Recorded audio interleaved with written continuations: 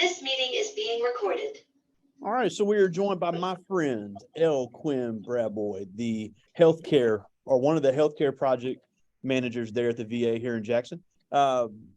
Great engineering background, and we are in the STEM and the IT career clusters. And we're recording this for all of our computer science engineering students in Madison County Schools, and for our friends at Ridgeland High School, Germantown High School, Madison Central High School, Rosa Scott, and all of the middle schools, as well as our YouTube channel. So thank you so much for joining us. And we got some great questions we're going to get to from the kids, because I don't think they really understand that you have engineers in all fields, because you obviously do not have a healthcare background, but you're working in a healthcare area, which also has the need for engineers. But before we get into what all it is you do, graduate of Murrah High School, Mississippi State University, and Jackson State University. So take us through that and how it led to this point. And you're such a great supporter of both of your universities you graduated from, because they both gave you great experience as a student. So just talk a little bit about your experience at Mississippi State and then your master's program at Jackson State. Okay, well, hey everyone. Like Greg said, I'm Quinn. So just a little bit about myself. I'm from Jackson, JPS graduate, Murrah Mustangs.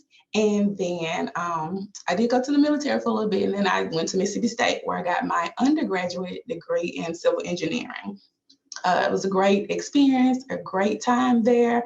I guess I would say, got out my shell, because I was around so many diverse students, and I had a good time. So once I graduated from Mississippi State, I did move back to Jackson, and I started working in the private sector for a private consultant as a civil engineer. Then I decided that I wanted to get my master's in civil engineering, because I love it so much. So I went to the Jackson State University and got my master's. I would continue to work while I got my master's. It took me a little while, because I was working full time. And some semesters I would go full time at Jackson State, but most of the time I was part time, evening classes. But they worked very well with me. Like, they were very helpful getting me through their program. And I also met quite diverse students there also, and professors. I enjoyed my time at Jackson State, graduated, and continued working in private sector. And then I got into public sector, worked for the city of Jackson, and then now I'm with the federal government at the VA. So pretty much, I guess I can give you kind of like a rundown of my typical day at the VA. So I work here at the hospital as a project manager. So, we have projects that a lot of people don't think about, but it's always some construction going on at a medical facility, medical center. Like right now, I have a project going on with the CCTV, the security cameras. So we were upgrading that. And I pretty much was working with the contractor and vendor, and also the end user, which is our police services. They were using that as the security surveillance. So that was an interesting project because I'm civil. I don't know anything about really like cameras, but I learned. And basically you're trying to deliver a product to your end user and making sure that they can work well with it and everything. And we added cameras like in the pharmacy and just other areas like in parking, just so it can be more secure here at the hospital. Yeah, and that's a great point, because especially some of our younger students may just think engineer, they think engines, they think big machines, but you said yourself you don't really have a background in security footage, but engineers are there to solve problems. They may specialize in an area, but for the people, like you said, for the end user that may not know how to properly angle it, properly install it, properly construct it, and still fit within code and use the right materials, that's where the engineer comes into play. Yes. So we're basically like the liaison project manager between the end user and the contractor. So there's a need that the hospital needs. So they need to upgrade their security system as far as the servers to keep the data with the cameras, and also upgrade the cameras themselves, because they were a little older and we added cameras. So that whole process, working with the different vendors to get the correct type of camera that had to meet the security kind of security parameters that the police services knew about. So it's like, okay, working with them and just getting it all together, because you can't just get a camera off Amazon or a hospital security. You have to, they have to meet certain criteria and everything.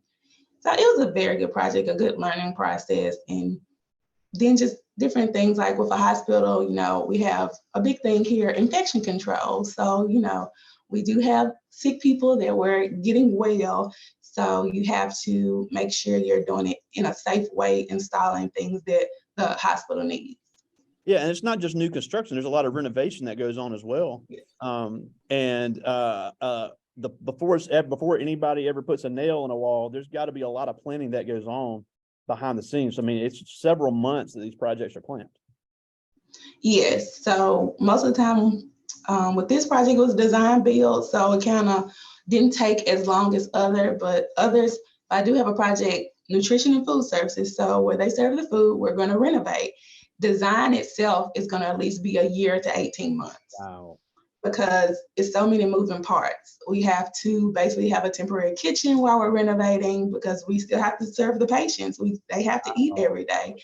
And just finding a place to put that's a whole coordination issue. And then also upgrading the kitchen so it's more efficient and we can basically serve the veterans better with this renovation. Yeah, and you talk about the planning, and one thing, this is really for our computer science engineering, but for all these students, one thing that I'm noticing with our young people is that if they don't get it right the first time, oh, this is too hard, I quit.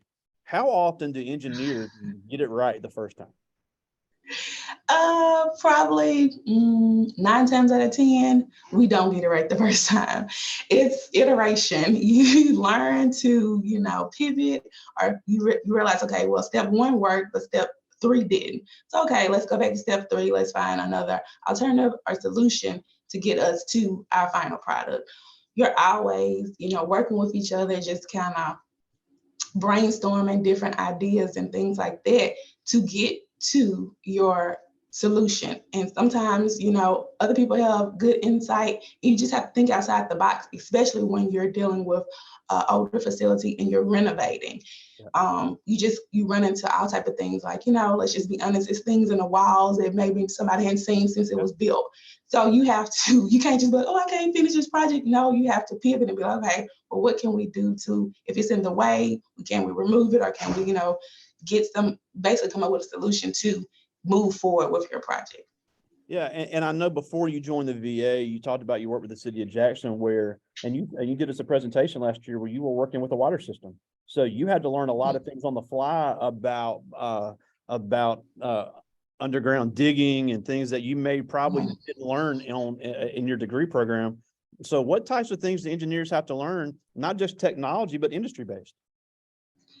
Industry-based, it really depends on what industry you're in. When I was with the city, I learned, I started really working with other federal agencies as far as funding to get money for various projects. So that's a whole process. And then you learn how to work with the politics, the councilman, the mayor, the constituents to get projects done, because they want them done in a timely manner. But you have to be the engineer, you have to be realistic with them. Like, okay, this is what we can do. This is how much it's going to cost. And this is the process. And then you have to stay up with the industry, because say if with the water system, it might be a certain type of pipe material that you have to use. So you have to get in contact with those contractors and vendors that offer that to make sure that it meets the specifications for, your city, that meets the codes and everything. So it's a lot, but it's so interesting to me because, again, you're solving a problem. You're helping the public. So you get the satisfaction from that, and you just learn so much in the process that you can take on to the next project or the next job, or just to help other colleagues because they're probably dealing with the same thing. Because, with Jackson, it's an aging infrastructure, just as with a VA, it's not a new hospital. So using that collective knowledge to help your colleagues and help the next project so you can get a better product the next time. Yeah, and it's definitely, for anybody interested in engineering, it's definitely not the same thing every day. And you're a good example of, it's one of those fields where you could move into several different industries. It's not just something you're in a bubble in. So what are some other areas that there's a big need for engineers? Pretty much everywhere. um, Especially now, like with project management, you can work at a hospital, you can work for the city, you can do private, which consulting, which a lot of times hospitals and public, they hire private engineering consulting firms to design the work. You can also work, I have friends that work at like Packard and Toyota. They hire civil engineers, Continental hire civil engineers. So it's a lot of industries because they really use, with engineers, they want you to use your critical thinking and problem solving skills. And regardless if you're computer, civil, industrial, mechanical, that's the basis of engineering, is to solve problems. So it's so many different areas and fields that you can go in. Yeah, and that's a good point too, because how much do you have to stay up on the changing of technology? Because obviously we're close to the same age, and technology has changed vastly since we've come out of college. So even though you have a degree from two great universities, what have you had to learn along the way in order to stay up on these technological changes? A lot of things, most likely, most of them are like codes and policies for different things. Like with the hospital, the VA itself has their own codes and policies for things that changes periodically, like every year.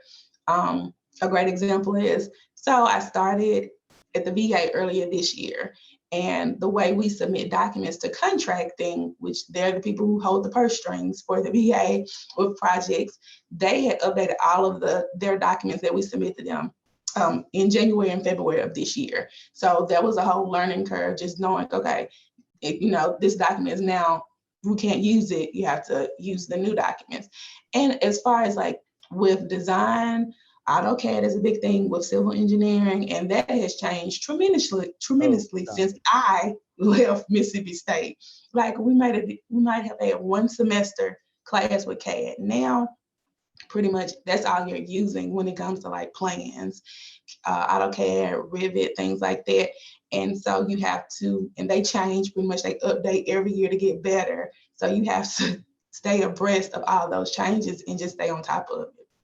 Yeah, and we've used the SketchUp before, but even in the last the last 5 years as I've been using it, it's gotten way more advanced. So those skills, and the degree is important in engineering, but staying on top of these, getting these certifications and skills can really open up more avenues for you, depending on the area you want to get in. Now, obviously, this is a male-dominated field, and I love the picture you showed us before of you wearing the hard hat out there, and you're like, "Look, I'm the black girl in the hard hat out here with these guys." So, how big of a need is there for female engineers right now? Because obviously the stereotype is the big burly white male, and he's out there, and there's really not anybody else. But you're really big on getting young ladies involved in this and getting more minorities involved in this, because like you said, even at Jackson State, it was a very diverse student body. And then you said at Mississippi State, there were times you were the only female and definitely the only black female. So how much more of a need is that in this field? It's a very big need. Because honestly, I have some friends who have kind of got burnt out from engineering because they didn't see anyone that looked like them. And as much as you may love it, you do need a community, and sometimes your community needs to look like you. There is a big need. I think as a minority, sometimes people look at it like, oh, well, engineering is just so hard. It's so much math and science.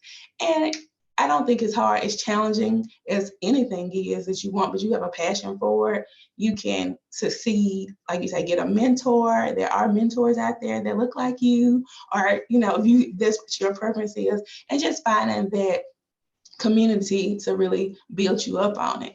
And also I would say go like interning and things like that. That helps, like even starting off middle school, high school, if that's an interest of yours, to see, okay, this is what I really like. And then you can start networking then, because we're few, but we're powerful, and it's just good to have a good network if that's what you want to get into. Yeah, and we have the high school programs. I know Ridgeland High School has an engineering academy on campus, and then for our non-Ridgeland students, we have the engineering academy at our Votech Center, which is a lot of high school students are getting that opportunity now, so they can get exposed to that, and like you said, find those places that will offer job shadowing, because these jobs are not going away, and if anything, this is one of the hottest fields in America right now, because especially with more automation. and with, even at Walmart, they need software engineers to develop these, because they're going to the self-checkouts. They're doing away with the people. They need one person that can automate 12 machines. So those skills is what's going to be in demand in every field right now. Right. Yes. When you look for a job in engineering, in any of the fields of engineering, there's always a need. There's always vacancies. They are always looking for qualified people to fill those positions and get the work done. And look, like you said, solve the problems that companies, hospitals, cities have. So engineers are always needed. Yeah, and literally in every field. But I want to get to as many of these questions as I can. These are all ninth graders, and these are really good. So this first one is Samicia Brinson, and she asked, of all the projects you've worked on, what was your favorite and what was your least favorite? Okay, let me see. I don't know if I just really have a least favorite, but I guess most challenging. So I was pretty much a young engineer working in private sector, and we were hired by the city of Biloxi, and we were doing a drainage study for them. And I was really into drainage. Like, I like to know where water is flowing, because water always finds a way to flow and get somewhere. So, and it's on the coast, and I was just like, oh, this is a really good project. It was really challenging because we basically divided the city of Biloxi into 2 basins. So that's a really big area, and the network trying to figure out where the water was going off the streets into the pipes and creating that network to get it to flow on into where it needed to go. So I would say that was maybe my most challenging project. Being a young engineer, I did learn a lot. So I did enjoy the process. At least now I can say that, hindsight. My favorite project, I would say one of my favorite projects is with the city. So I had a drainage project. It was a young mother and her son. She had bought a house, and basically her backyard was being washed away by the creek. The creek was right behind her home, and she reached out to the city, and we were able to get federal funding to fix her backyard. And then it was 2 other sites that we did. And I think that was one of my most favorite, because we really was able to help her and solve her problem. And it took a while, but she was patient, and she worked through the process. And she would call and be like, I just wanted to update, and I would update and let her know and explain to her, like, this is the process, this is where we are in the process. But it was really good to see the end result, that she was able to get her backyard back and make it safe for her son to be able to play. And that's a big thing, especially you just see your home that you bought, your backyard is not safe for your kid, and now it is. So that was one of my favorite projects. Yeah, and the safety is, something I forgot to even mention. The safety of the community. Engineers are so vital. This is Moesha Bacon, and she asked, "What made you interested in getting into engineering?" So I have an uncle who is a civil engineer. When he married my aunt, I think I was 6 years old. So I pretty much was just curious about what he did. And I was just like, okay, what do you do? And I was kind of torn. I always liked math and science. I was kind of the kid who loved to put the puzzles together, play with Legos, and then even I liked math. I like numbers. So as I got older, I shadowed with him to see what he was doing. And then I was trying to choose between computer engineering or civil engineering. So I didn't know until I went to college, and I took my first computer engineering class, and I saw that was not for me, but I tried, and that, you have to try things to see what is for you and what's not. And civil engineering was for me. So that's what I pursued and got my degree in and started my career. That's awesome. This is Morgan Thompson, and she asked, how do you ensure consistency throughout every project you complete? So that's twofold. With consistency, you have to have personal consistency. When I say that, you have to almost create a checklist for yourself to be like, okay, this is how I want to do this project. I want to make sure that I check off everything. And sometimes, it'd be something as simple as coordination with meetings, making sure you're inviting everyone who should be at the meeting. and involving everyone on the front end all the way through the process, because that helps when everybody is at the table at the beginning, in the middle, and at the end.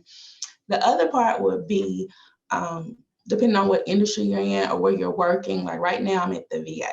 So we have, it's called a TEAL, but it's like our technical catalog of everything that, from like, basically like the way we do things at the VA.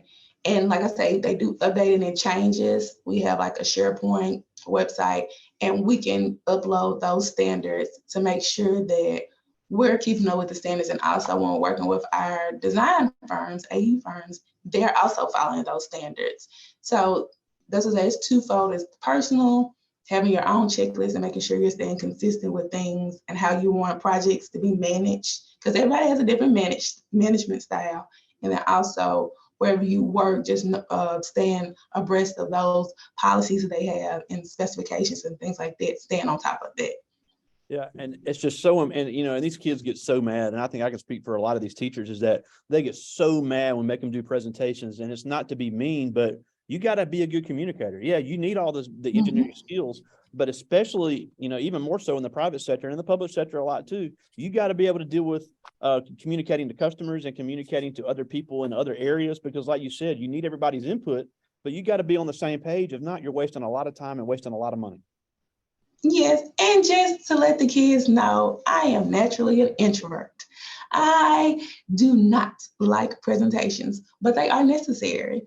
And when it comes to meetings, and I think the more you do it, the more comfortable you get.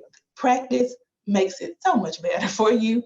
But like you said, you also have to realize that when you have different people at the table and you know what product or what the end result is, you have to break it down to where everyone at the table understands what you're trying to get to, what you want the project to look like.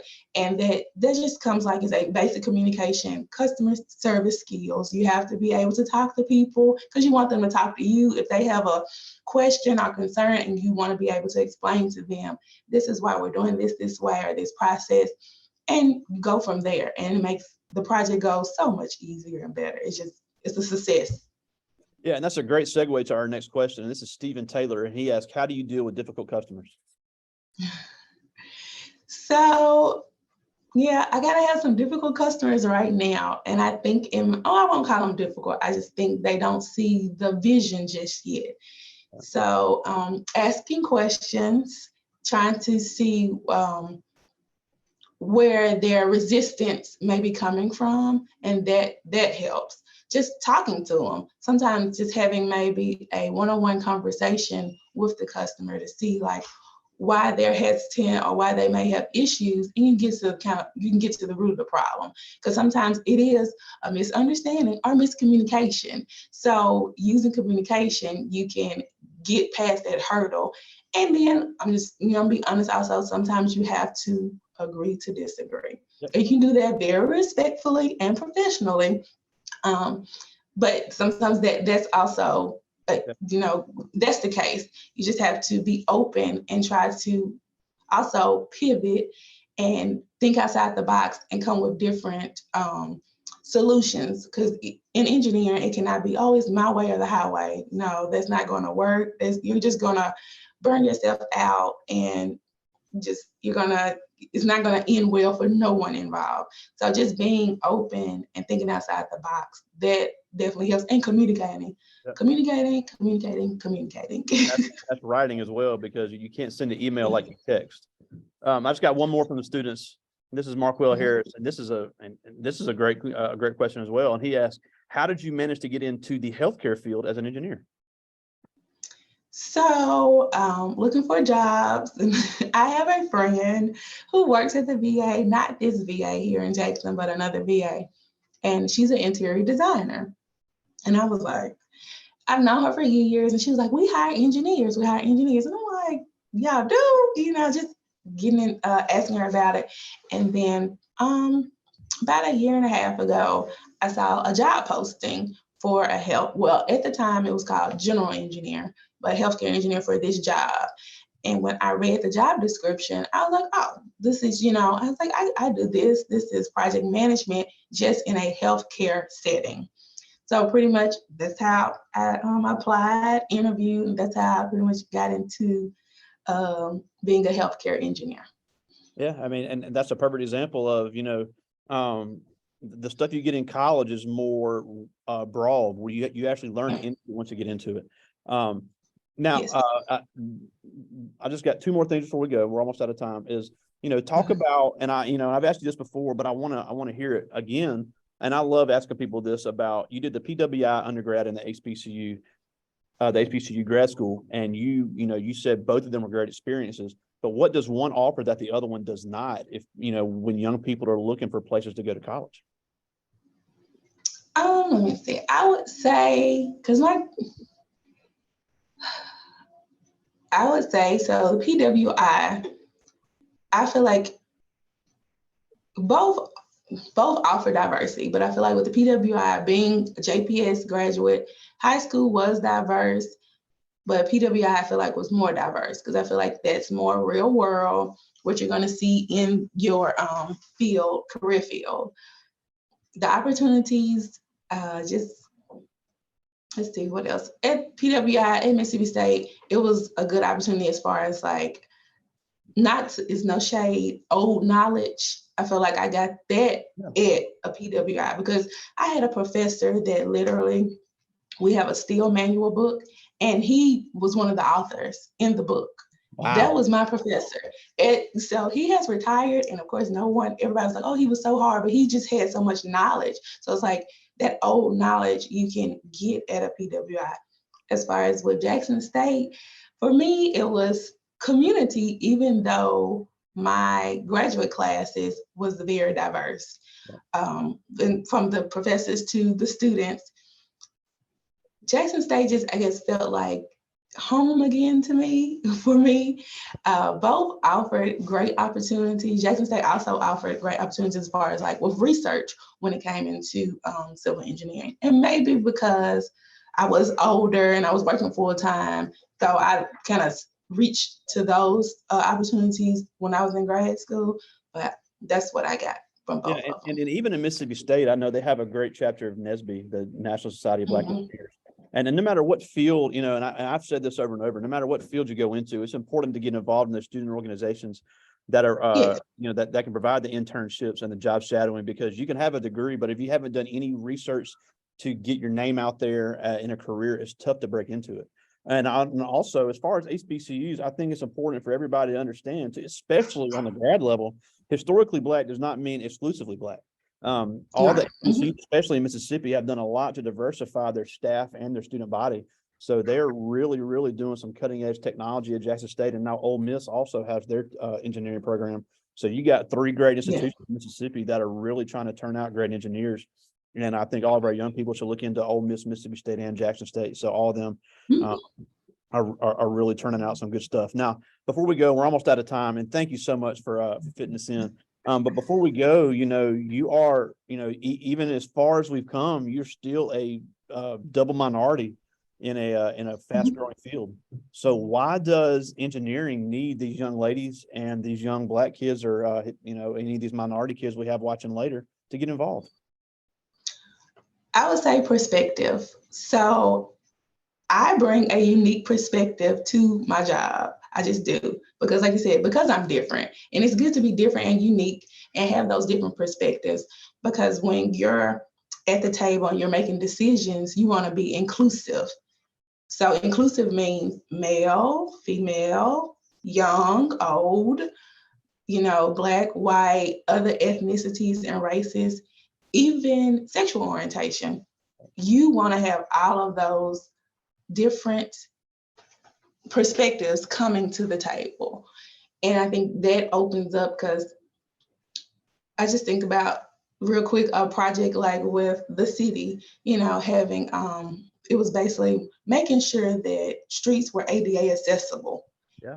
You wouldn't think about that if you're not ADA, if you don't need to use it, but that's something that needs to be considered. So having that perspective makes sure that the project is done completely and for the betterment of the public safety. That's awesome. Yeah, and I wouldn't think about that either, because there's a lot of even if it's a temporary disability, there's people that have to get to work that might be in a wheelchair for a limited amount of time. So that's all Right. factors that come into play, and that's something engineers have to figure out. So great Yes. stuff, great information. And again, thank you so much for joining us, L. Quinn Braboy, there at the VA hospital in Jackson, Mississippi. Thank you so much for joining us today. All right. Thank you for having me. I enjoyed this. All right. I'll see you soon, my friend. All right. See you later. Bye.